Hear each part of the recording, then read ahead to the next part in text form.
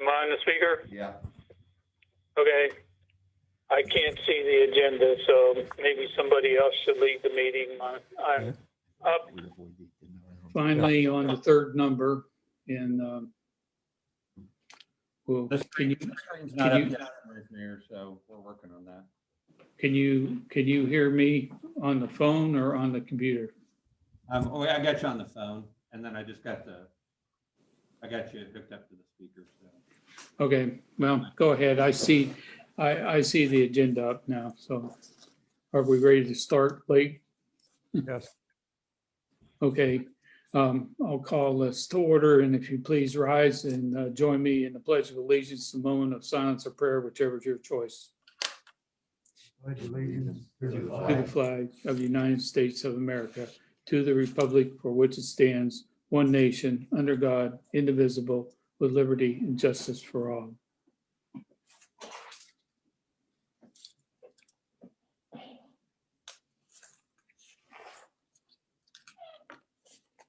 Thank you very much.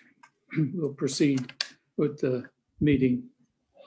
Sorry for the inconvenience, but with staff member running a fever last week and another contractor sticking his head in my office and testing positive, I don't want to come in. I'm not sick, but I wanted to get a test, and I couldn't get a test on the weekend, so I'm trying to get one today, and hopefully it's negative so I can come back. But anyway, I'm trying to be safe and not expose somebody just in case, but I'm feeling fine. All right. Is there a motion of the minutes of November 23rd? Move that we approve the minutes. All right, second. All those in favor say aye. Aye.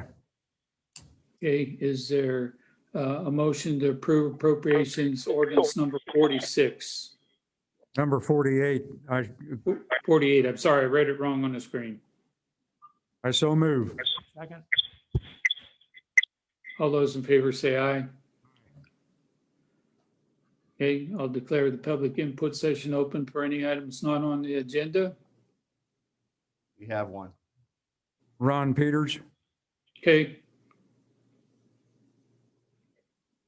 Good morning, everybody. morning. Mr. Mayor.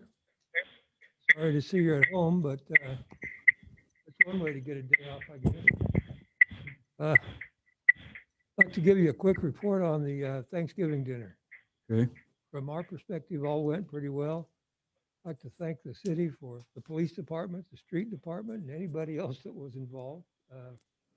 Lieutenant Ryan did a fantastic job of getting the drive-throughs organized and run.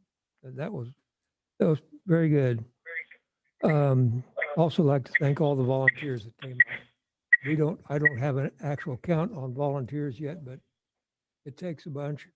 I did find in another file I had at home, a report about this Thanksgiving dinner from 2012, and they were thanking 250 volunteers. Now, we didn't have that many. I assume that was pie makers and everything. So, but since there were no pies this year because of COVID, we didn't have that many, but there were quite a few. We served 1,143 meals, which is a record. 279 were delivered in vehicles that drove up. We had 16, I think, deliveries that were made to deliver 27 meals. So like I said, 1,143 meals were handed out. So it was a good time. I think everybody that was working did a great job and had a pretty good time doing it. Did you have enough food left? Yes, sir. We did have a little bit of food left over. I think some of it went to the police department, to the fire department.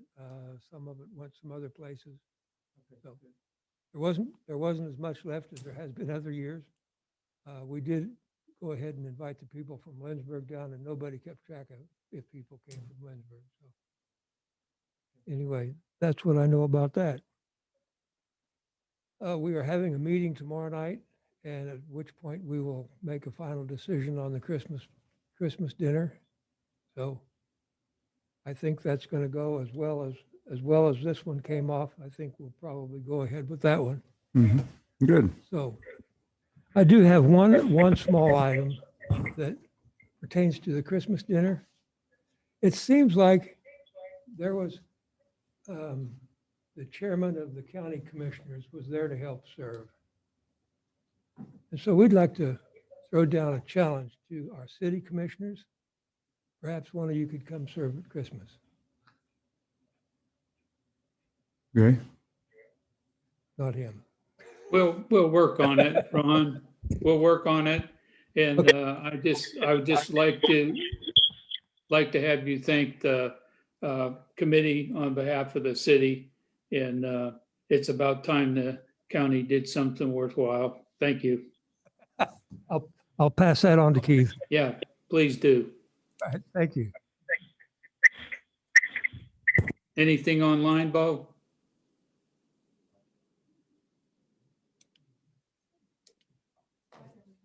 Assuming silence is no, is there a motion to approve the agenda as distributed? I second. All those in favor say aye. Aye. Okay, we want to talk as the first item, the governor's executive order. And I have been talking with city attorney, and I would like him to go through what changes, and I believe each of the commissioners should have received an email from him also. So if you'll take over, Jeff. Sure. Thank you, Mr. Mayor. For those of you who don't want to listen to a lawyer drone on, I'll start with an executive summary that it is my opinion currently within the city of McPherson that the governor's order is the effective order for masks at the current time. And for those of you who like punishment, I'll go through why I think that now. At the federal level, there is only recommendations to wear masks. There are no orders or laws of that nature. There is what I believe is fairly clear precedent from the U.S. Supreme Court that mask ordinances or mask orders are lawful, however. There has been a lot of reporting on a case that came down on the 25th from the United States Supreme Court out of New York that on a 5-4 decision with lots of concurring and dissenting opinions, pulled back a state executive order in New York regarding congregations coming together in sizes. It will not affect the mask ordinance at all or the mask order in Kansas, especially since mask orders tend to be facially neutral. It would be a different test that would be applied. So I don't think that's going to be a problem. At the state level, there are 2 executive orders that are currently running. The first one is Executive Order 20-52. That was the first mask order from the governor's office in 50 counties. That is the applicable law. Other counties opted out. McPherson is one of those counties that opted out. Then there was a second executive order, Executive Order 20-68, that required wearing of masks statewide with critical exceptions and the ability to opt out again. Then when you go to the county level, the county opted out of the first executive order, 20-52, but did not opt out of 20-68. So that is still in effect. The county also has an order that covers unincorporated areas within the counties. So for McPherson, importantly, that covers our industrial belt that circles around that. The governor's order does not automatically revoke that county resolution.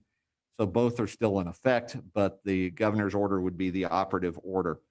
Then you go to the city level. We've had 2 mask ordinances, one sunsetted by its own terms. The second one is still in effect, but there's the overlay from the governor's order. So the issue becomes whether the governor's order supersedes the state's order. The city clearly has the authority to have a mask order, both from its inherent powers and from the home rule powers of the state constitution. According to the governor's order itself, it does not apply in 2 circumstances. One, in those counties that did not opt out of her first order, that does not apply to McPherson.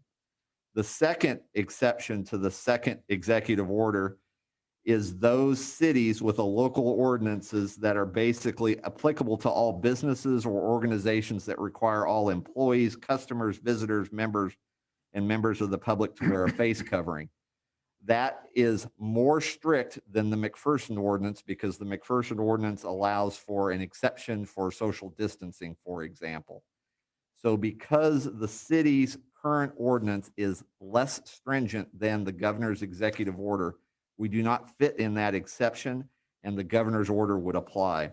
So that's, in the end, my legal conclusion that the governor's order 20-68 is the operative order in McPherson.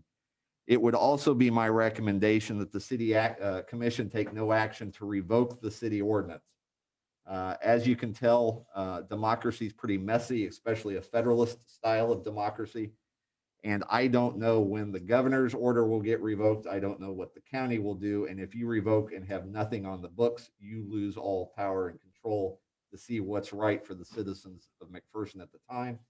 So it's my current opinion that you just hold tight and let things play out. As far as enforcement, enforcement now moves from this commission to the prosecutor, the county attorney, and the district court. That's not a role that you play or a voice that you have. So you let the prosecutors and the courts do what prosecutors and courts do. Future control, heaven forbid if this gets worse and the city needs to take other actions that are more stringent than the executive order that's been issued by the governor, you still retain that authority. Everybody hopes that the curves go down and the vaccines work and get distributed. But this is 2020, so who knows? But you still retain those authorities. My recommendation is you hold tight. And if you have, Are there any questions for the city attorney? I do not have, no. Okay. I would say that we don't need any action if we follow the recommendation of the city attorney, and I'll wait to see if anybody has a motion. Otherwise, we'll move on. Okay, hearing nothing, I'd like Bo to put up both the Harvard and First thing, the cases. And even though the county has not been issuing a report, there's still a report that has gone in. And so the Harvard thing came up, we're down from the peak, but we're still high. And so we're obviously in the red zone, everybody around us in the red zone. There's only one county in Kansas that's in the orange zone. Everybody else is red. So we got 104 red counties, and I don't see it coming up. Is it coming up? There it is for you.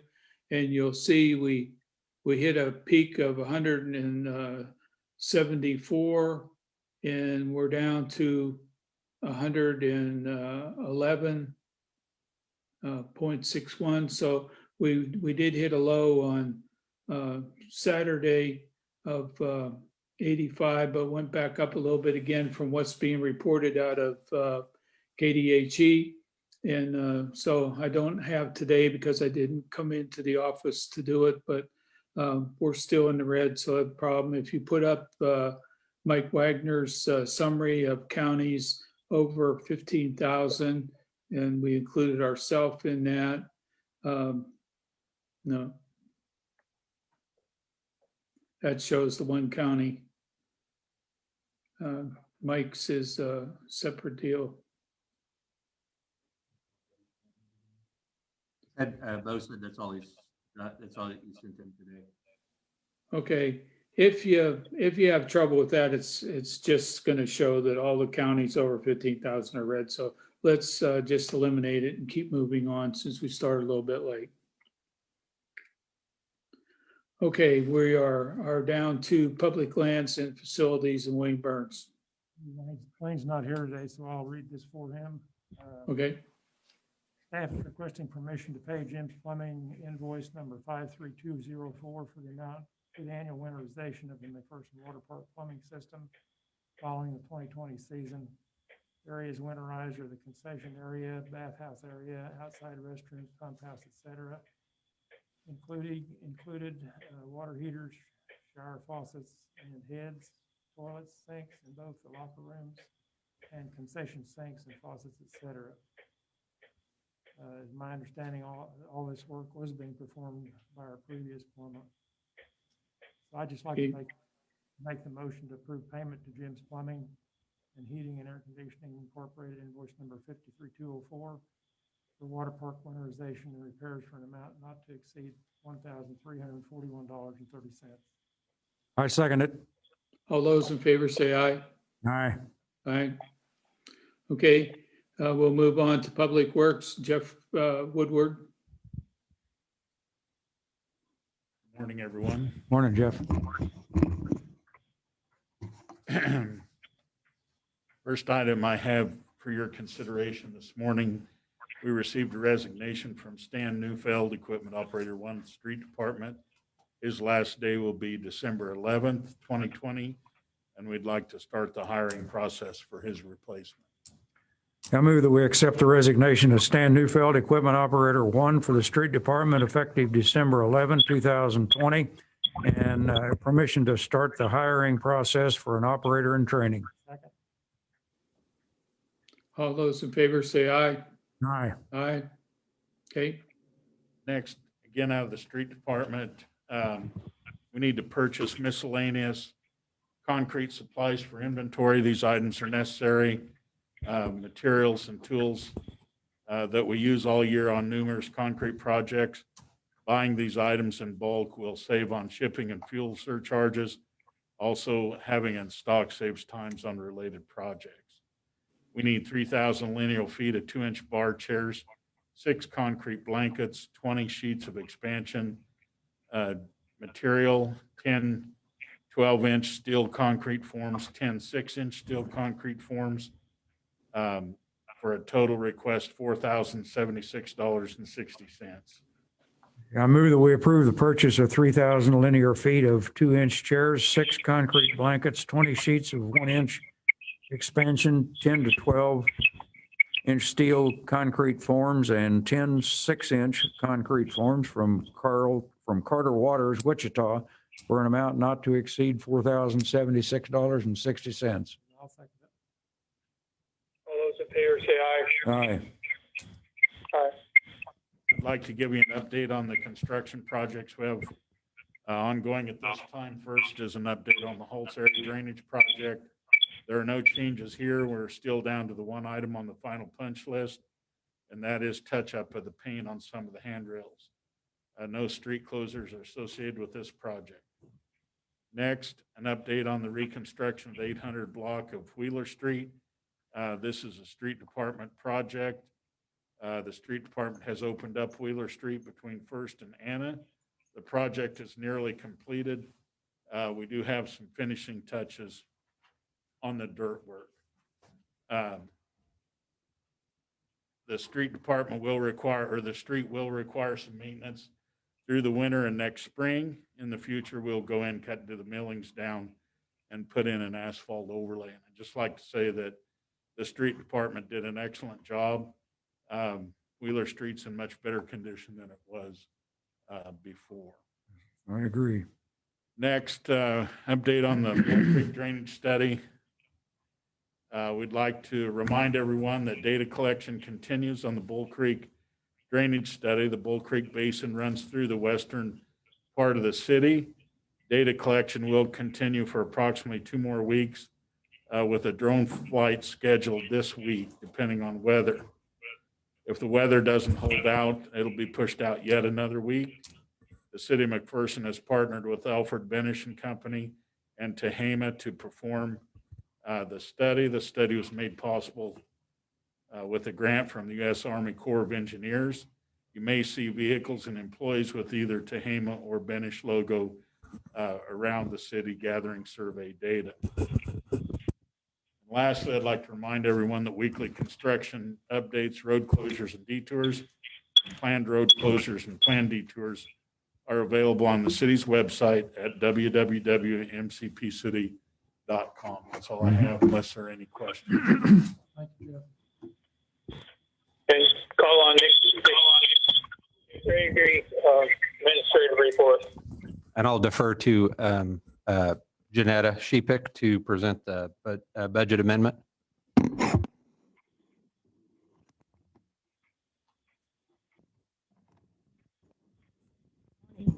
Commissioners, department heads.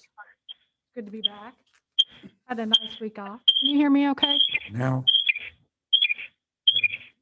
got that sparrow chirping. Okay.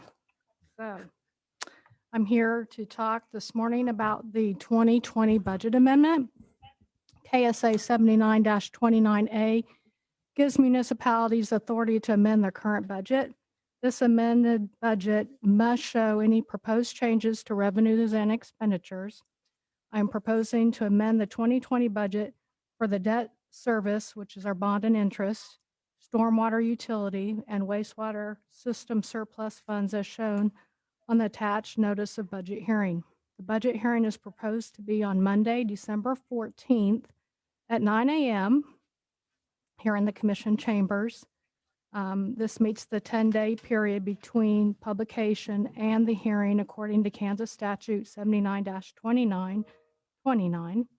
The budget amendment for the bond and interest and wastewater system surplus funds is to cover the activities surrounding Keep going. We're fine.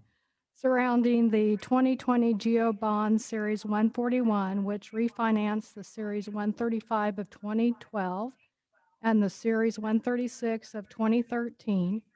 It paid off the 2020A temporary notes for the Eagles Wings project and financed the Kansas Water Pollution Revolving Loan Fund, number C20 1474-01. For the Stormwater Utility Fund, the amendment increases the budget authority from $1,888,054 to $4,039,758, which is necessary to finalize the whole area drainage project.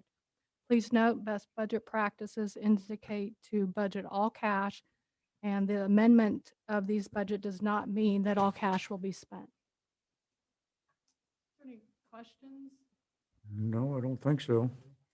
During the budget hearing, I will walk through each of those funds and the proposed change. And if there's any questions at that point in time. I move that we approve publishing a notice of budget hearing for amending the 2020 budget for the debt service, bond and interest, stormwater utility, and wastewater system surplus fund.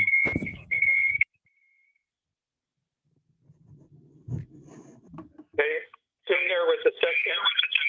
All those in favor say aye. Aye. Aye. Okay. All right, we're getting a lot of feedback. Yeah, good. Okay, I would move to recess the city commission meeting and move on to the study session. We're back into regular session. I don't believe that we had anything to bring. City attorney, did I miss something? Yes. 1.1, the donation for the rapid testing for Mattress Haven you wanted to take up. Oh, yeah. Can we approve the donation of the, for the machine to give rapid tests? I would move that we accept the donation of $330 to cover the machine. I second. All those in favor say aye. Aye. All right, and we thank Mattress Haven for their generosity. Anything else before the meeting? I don't have anything. No. All right, I'd like to move that we adjourn the city commission meeting. A second. All those in favor say aye. Aye. All right, we have some bugs to work out, but we'll get that done. That empty chair looks good. Now that the meeting's over, you're on. Am I on now? Yeah, you better smile. Yeah. Anyway, I would appreciate a call from the city attorney in a little while. I put in to get an appointment and I still don't have an appointment, so maybe I'll declare myself negative and show up. No. Not. I have no symptoms. So anyway, just trying to be cautious. I need to keep Lisa healthy so that she's on the job. Thank you. Yeah, and I know she's in mourning because Michigan lost again. There you go. The Michigan State one. I'm